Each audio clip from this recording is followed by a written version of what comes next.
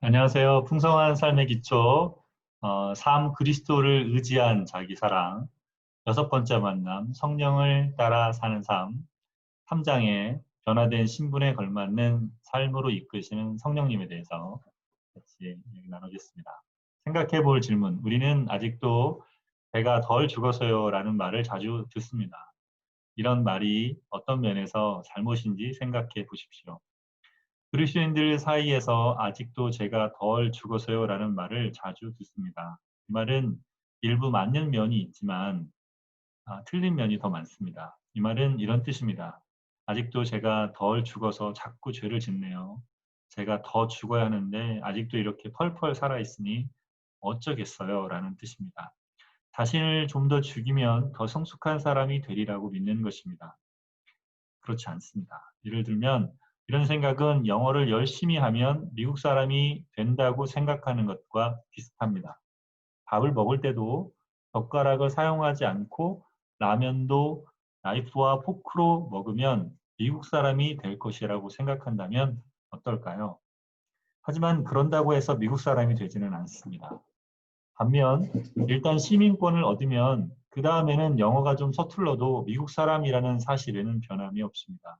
이미 미국 사람이기 때문에 한국어와 영어를 섞어 써도 문제가 되지 않습니다. 이처럼 그리스도인들도 이미 신분이 변화되었는데 그 사실을 인식하지 못하고 내가 덜 죽어서 더 죽어야 돼라고 말합니다. 이 면에서 기독교의 가르침은 일반 종교와 다릅니다. 일반 종교는 수양을 통해서 착한 마음으로 선행을 많이 하여서 결국 구원 또는 깨달음에 이른다고 이야기합니다. 그러나 기독교는 자격이 없는 우리가 하나님의 은혜로 구원에 이르러서 구원을 받은 자답게 살아가다 보니 변화된 신분에 걸맞은 모습으로 점점 변해간다고 말합니다. 그리스도 안에서 새로운 존재가 된 나. 성경은 예수 그리스도 밖에 있었던 우리는 이미 죽었고 이제 우리가 그리스도 안에서 새로운 존재가 되었다고 말합니다. 자격 없는 우리를 부르셔서 이렇게 놀라운 신분을 허락하셨습니다. 사도 바울은 갈라디아서 2장 20절에서 그 사실을 아주 놀랍게 표현하고 있습니다. 그는 여기서 진정한 자기 사랑을 이야기하는데 그것은 그리스도 안에서 속하기 전에 자기 모습을 부인하고 그리스도 안에 있는 자기를 긍정하는 것입니다. 나는 그리스도와 함께 십자가에 못 박혔습니다. 이제 살고 있는 것은 내가 아닙니다. 그리스도께서 내 안에 살고 계십니다. 내가 지금 육체 안에서 살고 있는 삶은 나를 사랑하셔서 나를 위하여 자기 몸을 내어주신 하나님의 아들을 믿는 믿음 안에서 사는 것입니다. 이 구절에는 나라는 말이 여러 번 나옵니다. 맨 처음 나는 그리스도와 함께 십자가에 못 박혔습니다. 에서의 나는 그리스도 예수 안에 있기 전에 나를 말합니다.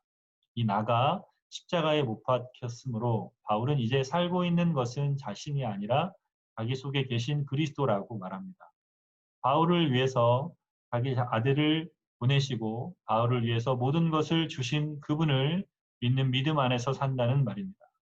그리스도인의 삶은 그분이 이루신 일을 정말로 믿고 그것을 따라 사는 것이라고 이야기합니다. 이 말은 자신은 이미 죽었다는 뜻입니다. 십자가에 못 박혔다는 것이지요. 이 표현은 수동태입니다. 자기가 십자가에 자기를 못 박은 것이 아니라 못 박혔습니다. 자신을 죽이는 것이 아니라 죽었다는 것입니다. 우리는 그리스도 안에서 새로운 존재가 되었습니다. 우리가 예수 그리스도를 믿을 때에 그리스도 예수 안에서 그런 일이 일어납니다.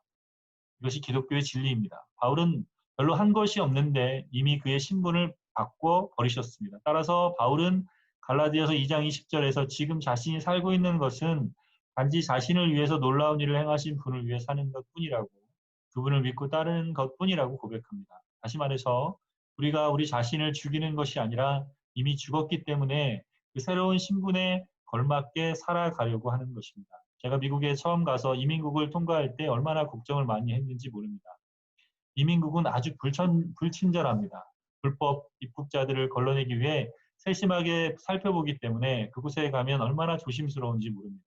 처음 유학 갔을 때 잔뜩 긴장한 채 소리를 꺼내 내밀었던 기억이 납니다. 그렇게 잠시 서서 기다리다가 도장 몇 번 받고 나면 안도의 쉼을 내쉬면서 입국 심사대를 통과합니다. 물론 조금 익숙해지면 거기 있는 사람들과 인사를 나누기도 하지만 속으로는 불안합니다. 무슨 꼬투리라도 잡혀서 이민국에서 부르면 곤란해지거든요.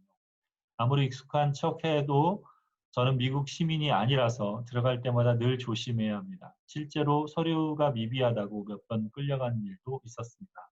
잘못하면 그 자리에서 바로 추방되기도 합니다. 그런데 미국 시민들은 우리와는 다른 쪽에서 기다립니다. 내국인들은 외국인과 구별되어 있어서 줄도 오래 서지 않고 편안하게 들어갑니다.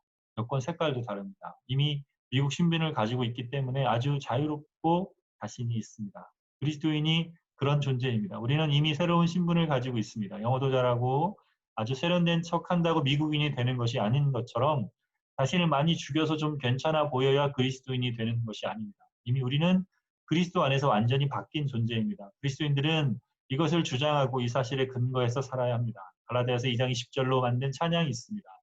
그 가사를 묵상하면서 한번 찬양해 보십시오. 내가 그리스도와 함께 십자가에 못 박혔나니 그런즉 이제 내가 한 것이 아니요 오직 내 안에 예수께서 사신 것이라. 이제 내가 육체 가운데 사는 것은 나를 사랑하사 자기 몸 버리신 예수 위에 산 것이라. 십자가에서 일어난 일이 얼마나 놀라운지 아십니까? 우리가 십자가에서 죽었습니다. 우리는 그리스도와 함께 십자가에 못 박혀서 새로운 존재가 되었습니다. 주님이 우리를 새롭게 하셔서 우리는 새로운 신분을 획득했습니다. 아직 온전히 그리스도인답지 않아도 하나님이 우리를 그리스도인으로 여겨 주십니다. 이 찬양 불러야겠네요. 내가 그리스도와 함께 십자가에 못 박혔나니 그런즉 이제 내가 산 것 아니요 오직 내 안에 예수께서 다시 것이라. 이제 내가 육체 가운데 사는 것이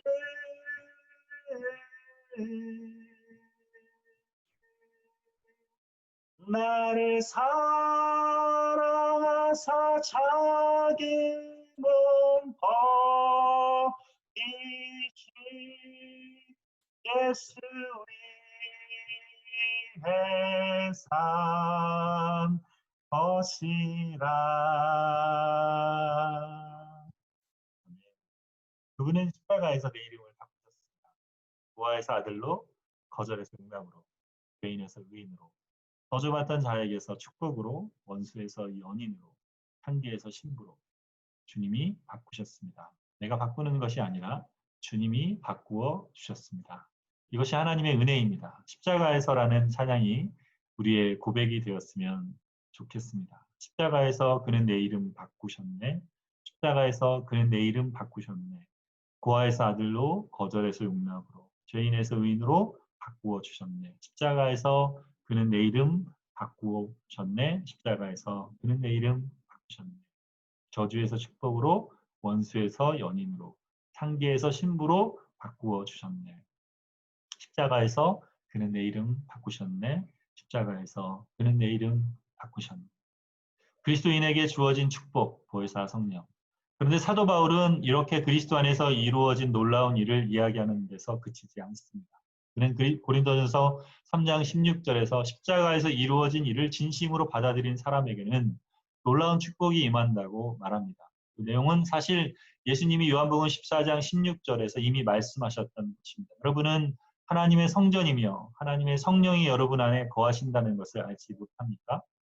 이 구절에 보면 우리가 새로운 존재가 되고 새로운 신분을 갖는 것으로 끝나는 것이 아님을 알 수 있습니다. 이렇게 신분이 바뀐 것과 동시에 하나님은 우리에게 또 다른 놀라운 축복을 주시는데 이제 우리 속에 성령께서 오십니다. 우리는 이제 하나님의 성전이 되었는데 하나님의 성전의 가장 큰 특징은 성령께서 그 가운데 계시는 것입니다. 이제는 성령께서 우리 가운데 오셔서 우리를 인도하고 위로하고 가르치고 우리에게 힘주시고 우리를 놀랍게 변화시키는 주체적인 역할을 행하기 시작하십니다. 십자가에서 일어난 일이 객관적인 사실이고 진리라면 성령이 우리에게 주어진 것은 주관적인 체험입니다. 성령님은 이론이 아닙니다. 그분은 우리 속에 오셔서 우리를 이끄시고 우리 속에서 새롭게 일하십니다. 그래서 예수님은 다른 보혜사가 오시기 때문에 자신이 떠나는 것이 더 좋다고 제자들에게 말씀하셨습니다. 요한복음 14장 16절을 보십시오. 내가 아버지께 구하겠다. 그리하면 아버지께서 다른 보혜사를 너희에게 보내셔서 영원히 너희와 함께 계시게 하실 것이다. 성령님이 오시면 우리와 영원히 함께 계십니다. 세번역 성경의 하단 줄을 보면 보혜사의 뜻은 변호해 주시는 분 또는 도와주시는 분으로 설명합니다. 예수님이 제자들과 함께 하시며 변호하시고 도와주셨던 것처럼 또 다른 보혜사이신 성령께서 우리에게 오셔서 우리와 함께 하시며 우리를 변호하고 도와주십니다. 예수님은 아버지께 구하여 성령님을 우리에게 보내시겠다고 말씀하십니다. 그리스도께서 십자가에 못 박히셔서 우리가 죽었다는 사실, 그리스도 안에서 새로운 존재가 되었다는 사실을 믿는 그리스도인에게 주어지는 놀라운 축복이 바로 이 성령님이십니다. 자기 부인. 이제 이 성령님이 우리 속에 와서 사시기 때문에 우리에게는 예전에 없었던 새로운 모습이 나타납니다. 그 내용이 갈라디아서 5장 16절에서 26절에 나오는데 여기서는 24절을 살펴보겠습니다. 이 말씀은 우리의 변화된 신분과 그 때문에 우리 삶이 어떻게 달라지는지를 갈라디아서 2장 20절에서 보다 조금 발전시켜 표현하고 있습니다. 그리스도 예수께 속한 사람은 정욕과 욕망과 함께 자기 육체를 십자가에 못 박았습니다. 이 구절은 우리의 변화된 신분을 확실하게 이야기해 줍니다. 우리는 그리스도 예수께 속한 사람, 개역개정에는 그리스도 예수의 사람들입니다.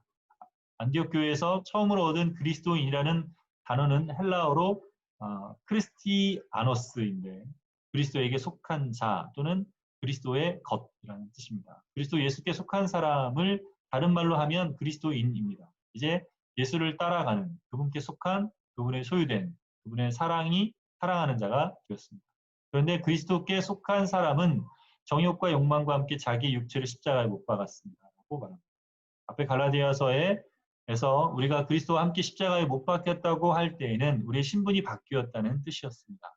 그런데 이 본문은 이제 우리가 신분이 바뀌었기 때문에 우리 속에서 우리를 지배하던 정욕과 욕망과 자기 육체를 십자가에 못 박는다고 말합니다. 이것이 자기 부인입니다. 많은 사람들이 정욕과 욕심 다음에 나오는 자기 육체라는 표현을 오해하는 경우가 많습니다. 이 단어는 영어로는 몸을 뜻하는 body가 아니라 flesh나 self로 번역됩니다. NIV나 NLT 성경에서는 simple nature라고 번역했습니다. 여기서 육체는 죄된 성품, 즉 하나님 없이 자신이 주인 되어 자기 마음대로 하고 있는 그 성품을 말합니다. 그런데 우리는 육체를 십자가에 못 박아야 한다는 표현 때문에 건강한 식욕, 수면욕, 성욕 같은 육체적인 욕구를 모두 나쁘다고 생각하는 경우가 있습니다. 이는 육체를 일반적인 몸으로 잘못 해석한 탓입니다. 왜 죄된 성품을 못 박습니까? 우리의 죄된 성품이 그리스도 안에서 그리스도와 함께 이미 십자가에 못 박혀 죽었기 때문입니다. 정욕과 욕심과 죄된 성품은 이미 죽은 것이기 때문입니다. 따라서 우리 속에서 그것들이 스멀스멀 기어 올라오면 십자가에 못 박아야 합니다. 우리는 이제 새로운 존재가 되었기 때문입니다. 그런데 사람들은 이런 내적 욕망을 환영하는 경우가 많습니다. 속에서 분노가 올라올 때 나한테는 이 분노가 너무 자연스러워 하면서 환영하고 속에서 시기와 질투와 음란한 생각이 들 때도 환영합니다. 죽은 것인데 그리스도 예수 안에서 버린 것인데 하나님이 거절하시고 끝내신 것인데 사도 바울처럼 못 박지 않고 환영합니다. 그러면 과거에 지은 죄를 또 짓고 반복해서 짓게 됩니다. 우리가 그리스도와 함께 십자가에 못 박혀 죽은 것을 믿지 않고 여전히 꿈틀거리는 그것이 나의 본질이고 나라고 믿기 때문입니다. 그러니 내가 덜 죽어서요라는 말은 굉장히 위험합니다. 그런 것이 살아있다는 뜻이니까요. 그렇지만 그렇지 않습니다. 그것은 예수 그리스도 안에서 죽었습니다. 그리스도와 함께 십자가에 못 박혔습니다. 그러니 우리도 이제 그런 것들이 우리에게 나타나면 십자가에 못 박겠다고 결단해야 합니다. 이것이 자기 부인입니다. 묵상 질문. 갈라디아서 2장 20절과 5장 24절을 비교해 보십시오. 이 두 구절은 어떤 관계가 있는지 묵상해 보십시오. 이 진정한 자기 부인이 무엇인지 자신의 말로 다시 정의해 보십시오.